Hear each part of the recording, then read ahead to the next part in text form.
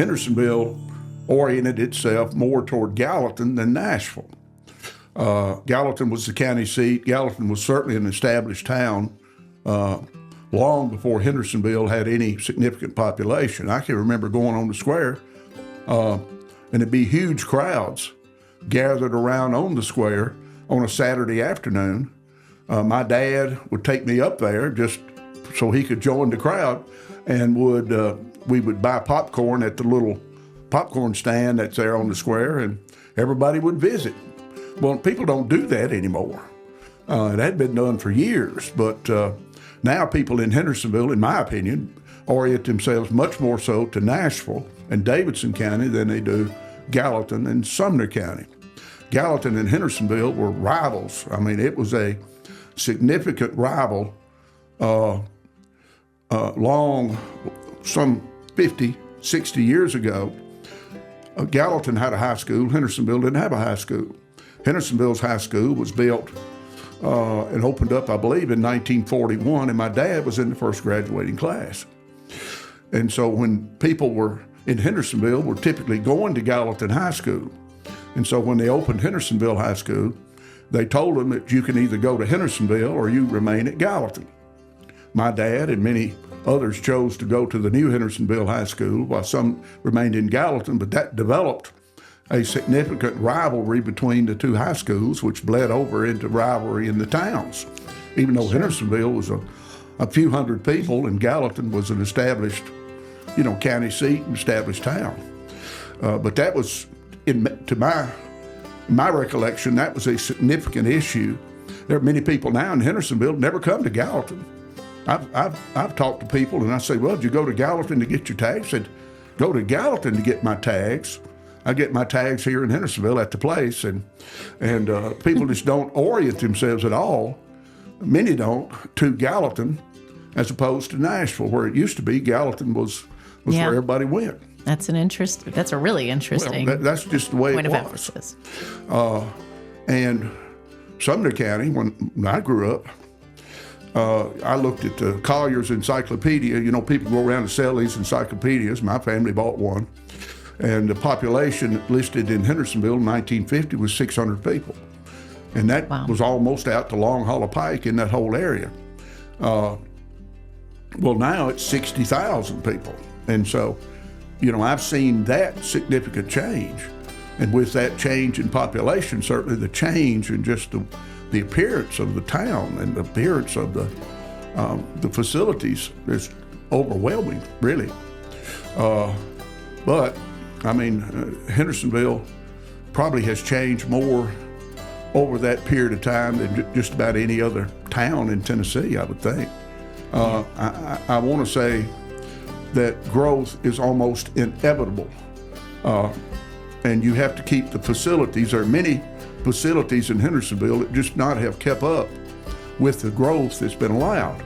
I think that's one of the problems. It's hard for me to criticize, and I don't want to criticize any of the existing people in leadership roles in Hendersonville, for example. And I talk more of Hendersonville than I do Gallatin because I have more knowledge about it.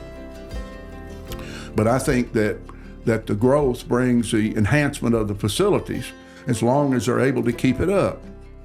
One of the examples, and this is a coincidence, but it's true, I represented a number of people in Hendersonville throughout the years as a lawyer. I practiced law for 32 years before I was elected chancellor, and been city manager 10 years before that. So I had a great deal of knowledge about it and had represented a number of cities throughout Middle Tennessee in other cases. But one example is that a friend of mine that I went to high school with, is now deceased, owned a significant piece of property north of the bypass, north of Hendersonville. And as a subdivision named Autumn Creek was being developed adjacent to it, I assisted him in being sure that the utilities were sized sufficiently to accommodate his property in the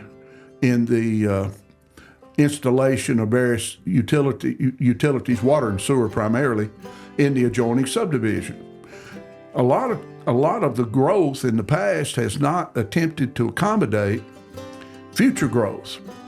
So if they allowed a subdivision to be built, they would just require the developer to put in utilities big enough to handle that subdivision. But what are you going to do about the property next door or down the street?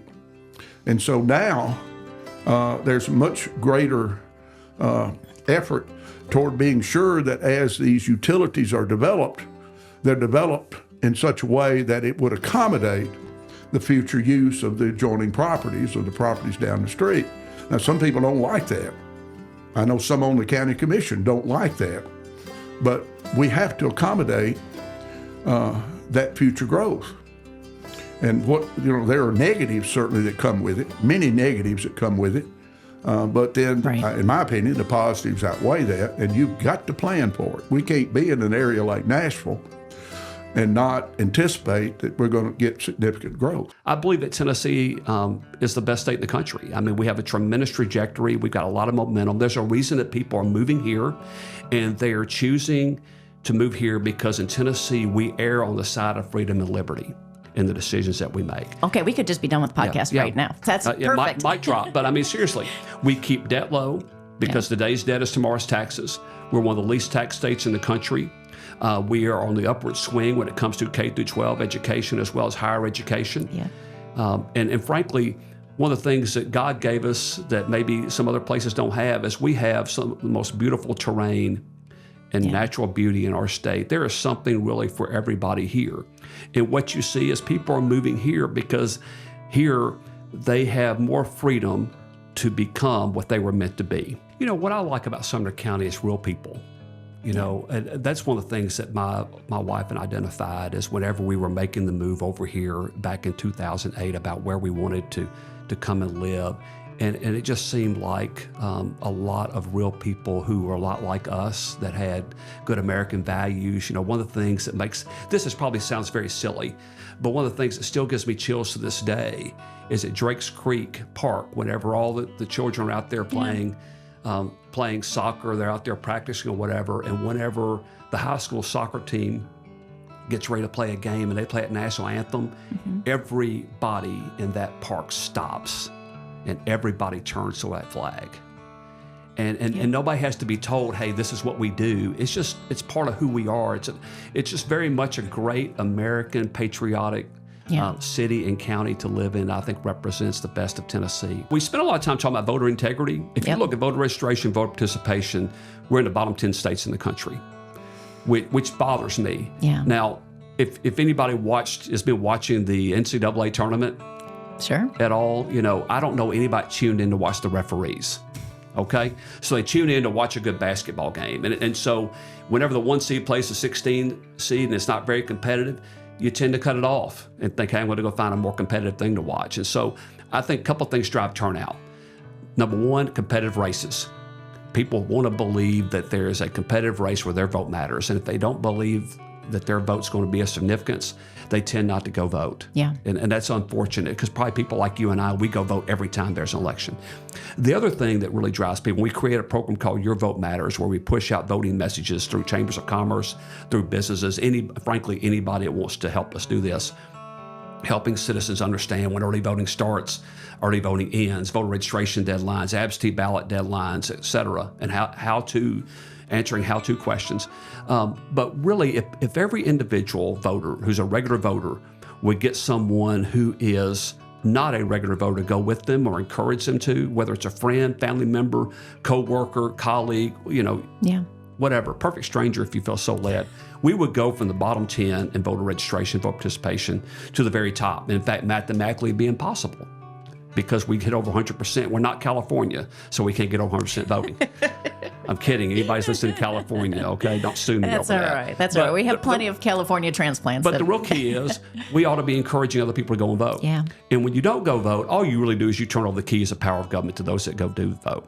And it's a shame to me that whenever we especially have local races, they have the ability to impact your life, not just today, not just for the next 2 to 4 years, but generations to come, it's a shame that we have, in some cases, less than 10% turnout.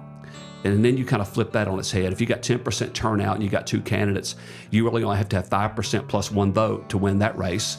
You have people who are making big decisions that affect our communities across the state who may have gotten elected by approximately 5% of the voters in a district or a county. Right. And I just can't imagine why any Tennessean would want to forego their opportunity to have their say in our form of government.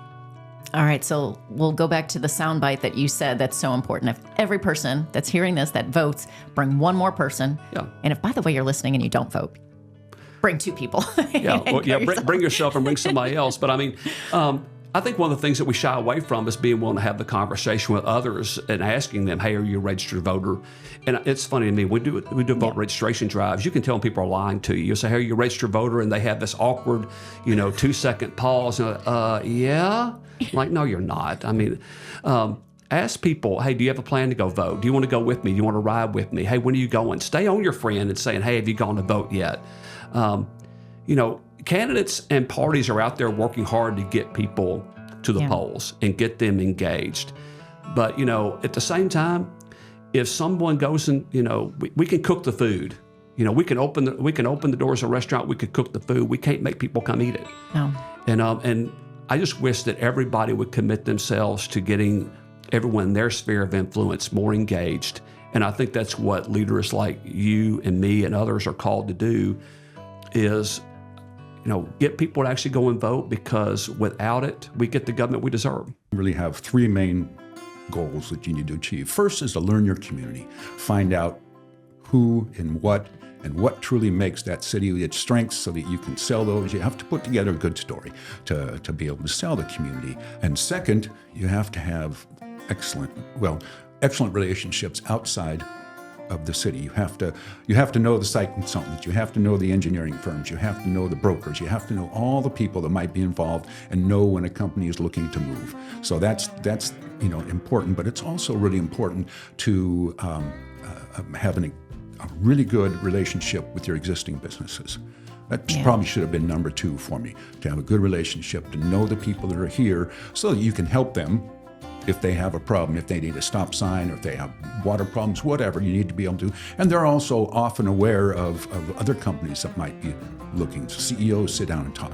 They know what's going on. So if you have a good relationship with those people, then you have a better chance of getting on top of somebody who's here. In fact, one of the companies we recruited from upstate New York, I went up and visited them during that process, and they told me I was the first person from anybody, from their city, from anybody that had ever come to their facility. And they've been there for 70 years. And it's one of the reasons they ended up coming here, is because we paid attention to them and cared about them. There is no stasis in a community. You're either growing or you're dying. Yeah.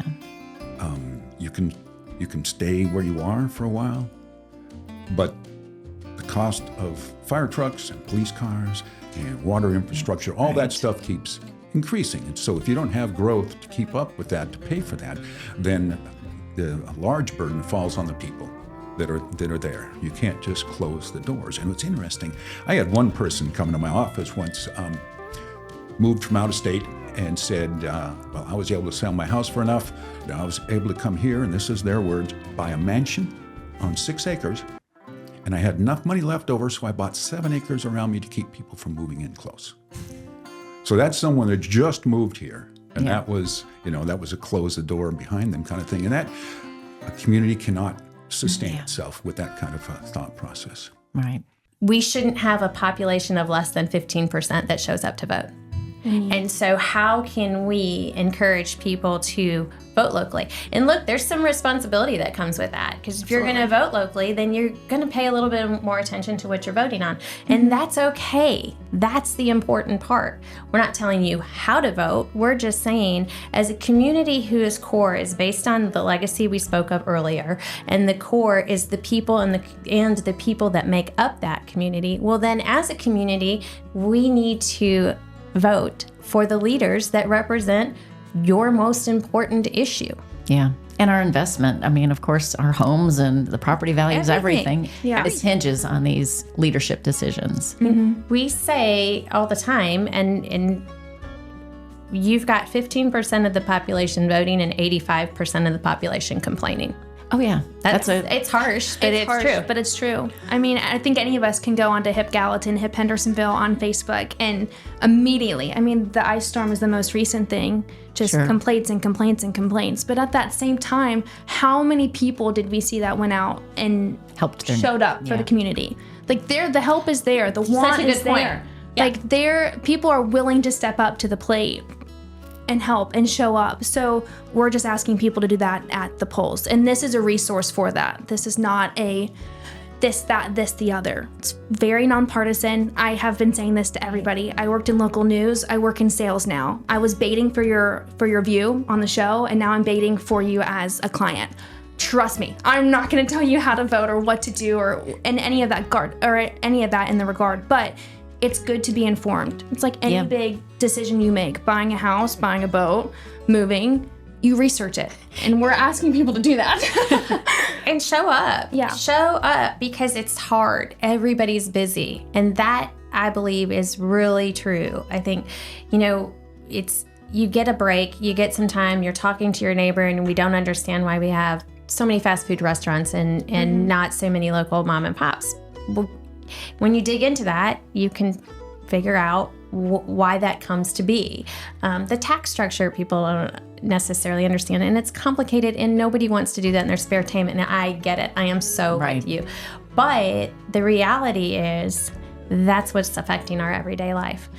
Your school board, your city politicians, your county politicians, your state politicians. I mean, your circuit court judge, it's all there. Your sheriff. Right. They're really important people in our community. They lead us in the direction that hopefully as a large group we want to go forward in, and they protect us from having things taken from us. Right. And it's easy to vote now.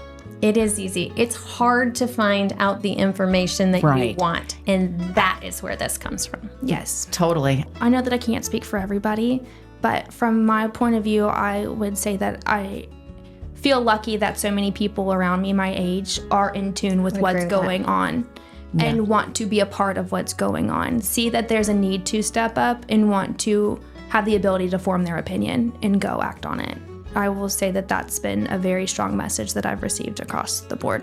So it's going to be exciting to see the many young couples that move from Nashville to quote unquote suburbia, Hendersonville, Gallatin, Franklin, wherever they want to go and start their families and start contributing to their local communities that way. But I would argue this too. We say, how do we get the younger voter involved? How do we get the middle-aged voter involved? Right. I mean, it is an inaccurate assessment to say that it is the younger generation that's not voting, because I would argue that that's just not true. It's my age, we're looking at 15% of the population voting. Every single age group can improve. Is struggling, right? Yes. And that sounded like I was yelling at someone. That's not the point. The point is the passion behind voting, trying to come up with an area that you can go to, you can find out the information that you want on all of the candidates. From there, you can dig in. And quite frankly, maybe that social media is not your platform for your information. Mm-hmm, sure. And I don't think that social media is bad. And I know that it's an incredibly useful tool. Everybody is there. They have to use it. But you also have to understand that your social media is going to run through the tunnel of what you're attracted. Attracted to. I don't know that that's the right word, but there is a word for it, and I can't think of it right now, but I know what you're talking about. And so this is just to be like, hey, check this out with nobody's opinion attached to it, and see if there's a direction that you would like to head. If you feel like there are things that we can do better, we are happy to do it. Mm-hmm. Again, we're not here to tell people how to vote. We're just here to say, can we collectively as a community know with confidence that our residents care about the future, what happens here locally? Yeah. And I would say that even initiatives in other states and other counties have seen huge improvement. One in Huntsville specifically, they started it there, and it has grown tremendously. There's one in Wilson County. We've been talking with the chamber and officials in Robertson County, and they're for it.